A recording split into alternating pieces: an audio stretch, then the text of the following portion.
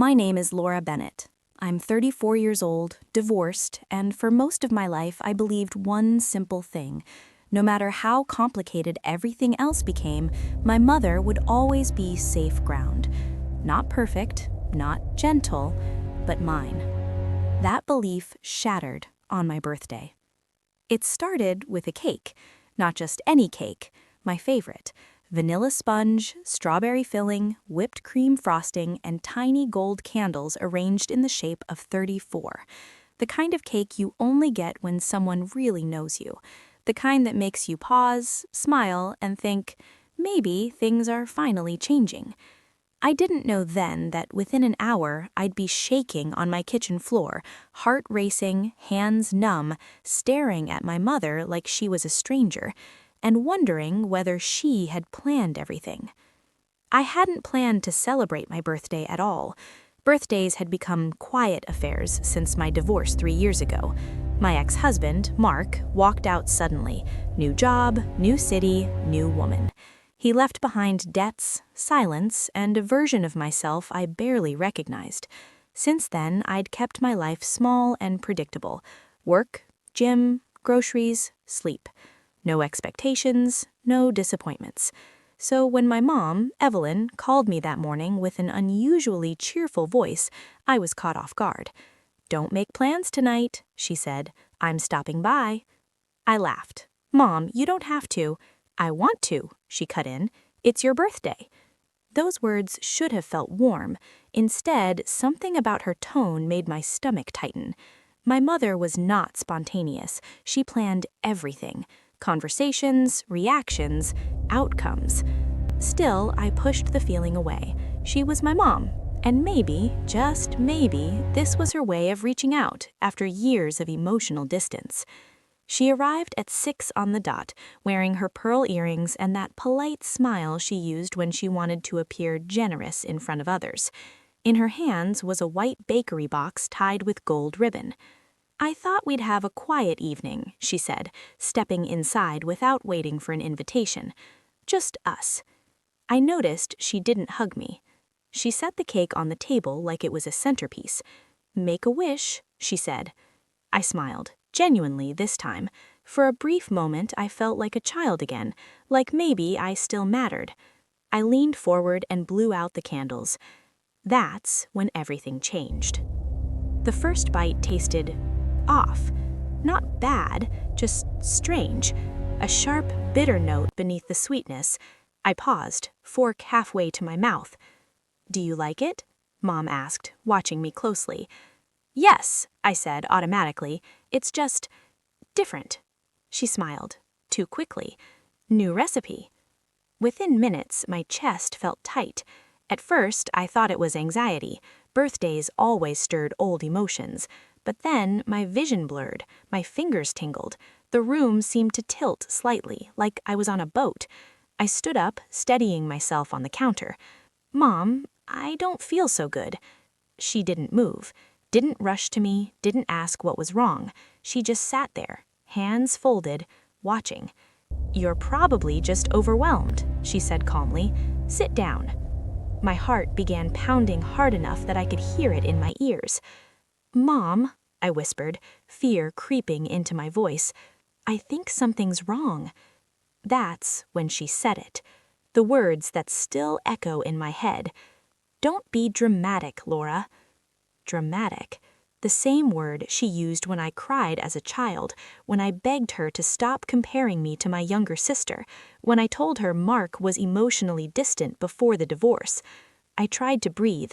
The air felt thick, heavy. "I need to lie down," I said, staggering toward the couch.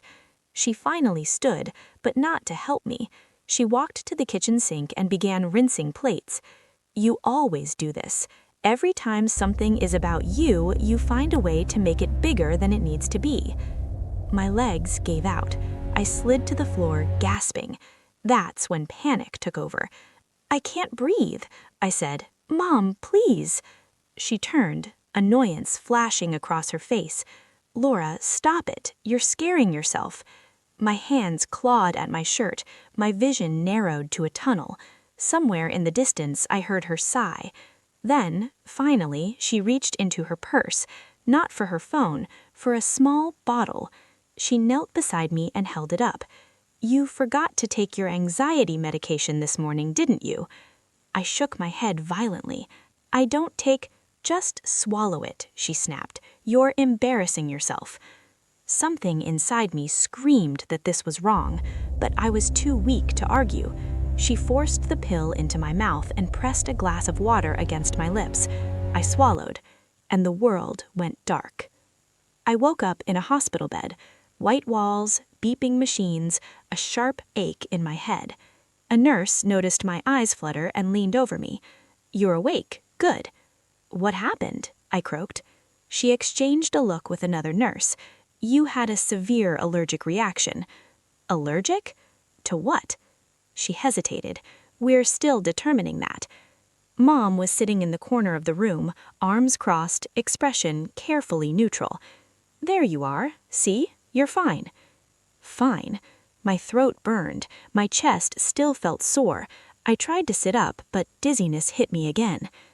"Mom," slowly I said, "what was in the cake?" Her eyes flicked away. "Nothing unusual." The nurse frowned. "Ma'am, we found traces of a medication in her system that wasn't prescribed to her." Silence filled the room. Mom stood up abruptly. "This is ridiculous. She's always sensitive." The doctor entered then, a tall man with a serious expression. "Miss Bennett," addressing me, "you're lucky. Another 10 minutes without treatment and this could have been fatal." Fatal. The word hung in the air like smoke. My mother's jaw tightened. The doctor turned to her. "Do you know how this substance could have entered her body?" Mom smiled thinly. "She must have mixed something herself." I stared at her, disbelief crashing over me. "She was alone with the cake," the nurse said quietly. Mom's eyes flashed. "Are you accusing me of something?" "No," the doctor replied calmly. "We're asking questions." My head spun, not from the medication, but from the realization slowly taking shape in my mind. This wasn't an accident. The cake, the pill, her refusal to call for help. This had been controlled, measured, planned. I stayed in the hospital overnight for observation. Mom left early, citing exhaustion. She kissed my forehead like a performance and promised to call in the morning. She didn't. Instead, my phone buzzed with a message from my younger sister, Rachel. "Mom said you had another episode. You really need to get your emotions under control." Another episode. That phrase unlocked memories I'd buried for years.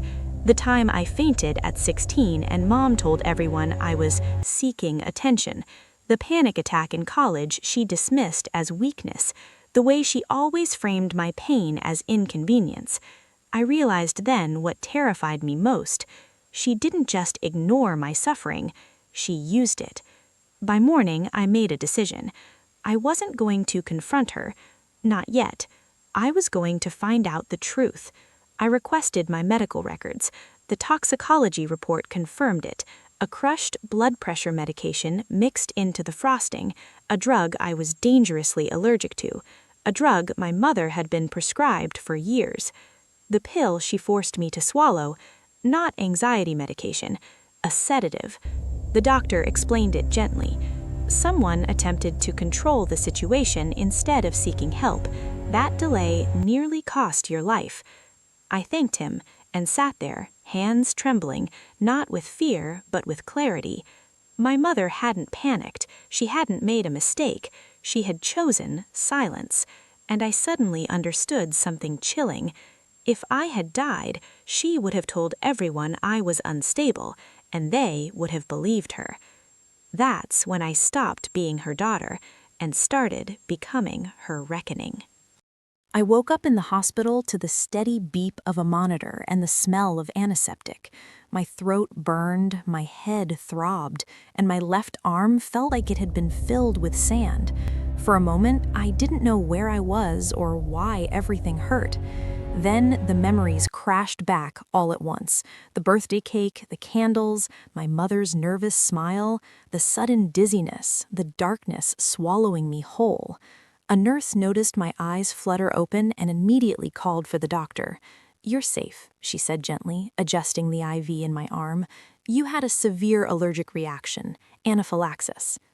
"Allergic?" My voice was barely a whisper. "Yes," she replied. "Do you have any known allergies?" "Walnuts," I croaked. "Severe. My mom knows. Everyone knows." The nurse's expression changed just slightly. Not shock, something closer to concern mixed with disbelief. She nodded and stepped out as the doctor entered, a middle-aged man with tired eyes and a calm voice. He explained that if the ambulance had arrived even 10 minutes later, the outcome could have been very different. My blood pressure had crashed, my airway had started to close. "You're lucky," he said plainly. Lucky. The word echoed in my mind, hollow and wrong, because luck had nothing to do with it. Someone had put walnuts into that cake, someone who knew exactly what they could do to me. A little while later, my husband Daniel arrived, his face pale, his eyes red. He took my hand like he was afraid I'd disappear if he let go. "I should have stayed closer," he kept saying. "I knew something felt off. I should have—" "This isn't on you," I said, squeezing his fingers weakly. "You didn't bake the cake." He nodded, jaw tight. "The doctor asked me some questions. They took photos of the cake, of the ingredients list your mom brought." My heart skipped. "Ingredients list?" Daniel swallowed. "She brought the cake box, said it was from a local bakery, gluten-free, dairy-free. But when the ER tested it, it had walnuts, real ones, not traces. Chunks." Silence stretched between us, thick and heavy. "Did she say anything?" I asked. "She said she forgot." His voice cracked on the word. "She said she thought your allergy wasn't that serious anymore." I closed my eyes, tears burning behind my lids. My mother had watched me collapse. She had watched paramedics inject epinephrine into my thigh. She had ridden behind the ambulance in her car, and her explanation was that she forgot? The hospital social worker came later that evening. She spoke gently but directly, asking about my relationship with my family, whether I felt safe returning home, whether this incident could have been intentional. The word hung in the air between us like a live wire. Intentional. I didn't answer right away. Instead, I remembered things I'd pushed aside for years. The way my mother dismissed my boundaries, the jokes she made about my dramatic reactions, the times she'd rolled her eyes when I asked her to wash her hands after handling nuts, the birthday when she'd insisted I try a dessert I'd already said no to. "Just a bite won't kill you." It almost had. "I don't know," I said finally, "but I don't trust her." That was enough. The hospital filed a report. Not an accusation, not yet, but documentation, evidence, photos of the cake, medical records, statements. My life reduced to paperwork that proved I hadn't imagined what happened. I was discharged 2 days later with strict instructions and a bag full of medications. Daniel drove us home in silence. My phone buzzed non-stop the entire ride, missed calls from my mother, voicemails from my sister Rachel, texts that swung wildly between fake concern and thinly veiled anger. "Mom, I said I was sorry. What more do you want?" Rachel, "You're really blowing this up. It was an accident." Mom, "The doctors are exaggerating. You've always been sensitive." I closed my phone. The next week passed in a haze of exhaustion and clarity. My body healed faster than my mind. I couldn't stop replaying the moment my mother set the cake down, the way she'd watched me blow out the candles, the flicker of something unreadable in her eyes. Then came the letter. It arrived by certified mail, addressed to me in my mother's handwriting. Inside was a neatly typed statement, an apology, technically, carefully worded. She expressed regret for the misunderstanding, emphasized that she would never intentionally harm her own daughter, and suggested that outside influences were turning me against my family. At the bottom, in smaller font, was a request. She wanted me to sign a form stating I did not believe the incident was intentional, so the hospital would stop making a fuss. That was the moment something inside me hardened. I showed the letter to my Daniel, then to my lawyer. Yes, my lawyer, because the hospital report had triggered an automatic review and I had been advised to get legal counsel. The lawyer, a sharp woman named Elise, read the letter once and shook her head. She's trying to protect herself, and possibly someone else. Someone else? I asked. She didn't bake the cake herself, did she? No, I said slowly. She ordered it. From where? I frowned. I don't know. She wouldn't say. Elise tapped her pen. We can find out. It took less than a week. The bakery was small, family-owned. The owner remembered the order clearly because my mother had argued with her. The cake, by default, did not contain nuts, but my mother had insisted on adding a walnut filling. The owner even warned her, multiple times. I told her it could be dangerous, the owner said in a sworn statement. She said she needs to get over it someday. The room felt like it tilted. She signed a waiver, Elise continued, laying out the documents, acknowledging the risk, acknowledging your allergy, and insisting anyway. I felt sick, not from my allergy this time, but from the weight of the truth. This wasn't forgetfulness. This wasn't ignorance. This was a test. My mother had wanted to prove something, that my allergy wasn't real, that I was exaggerating, that she was right and I was wrong, even if it cost me my life. The legal process moved forward quietly. No dramatic confrontations, no screaming matches, just evidence, timelines, signatures. Rachel stopped calling. When she finally texted, it was short and cold. Rachel, I can't believe you do this to Mom. I didn't reply. The mediation session was scheduled a month later. My mother arrived late, dressed in black, eyes already shiny with tears. She looked smaller than I remembered, but no less sharp. She tried to hug me. I stepped back. How could you? She whispered, like I was the one who'd betrayed her. I didn't answer. I didn't need to. The mediator went through the facts. The allergy, the waiver, the hospital report, the bakery owner's statement. With each piece, my mother's composure cracked a little more. I just wanted her to be normal, she snapped at one point. I wanted my daughter to stop living in fear. You nearly killed her, the mediator replied calmly. Silence fell. In the end, my mother accepted responsibility, not because she felt remorse, but because the evidence left her no escape.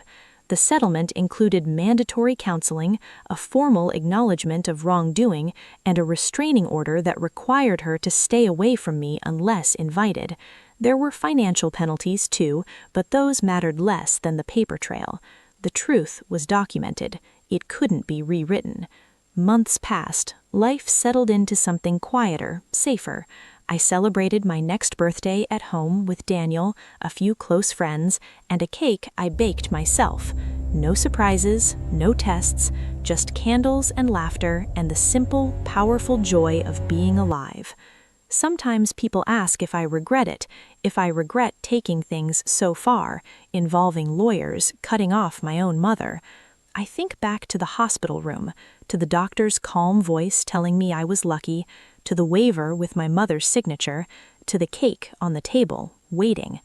No, I say, I don't regret surviving, because the most terrifying part of that birthday wasn't the cake. It was realizing that the person who was supposed to protect me was willing to gamble with my life just to be right. And walking away from that wasn't revenge. That was self-preservation.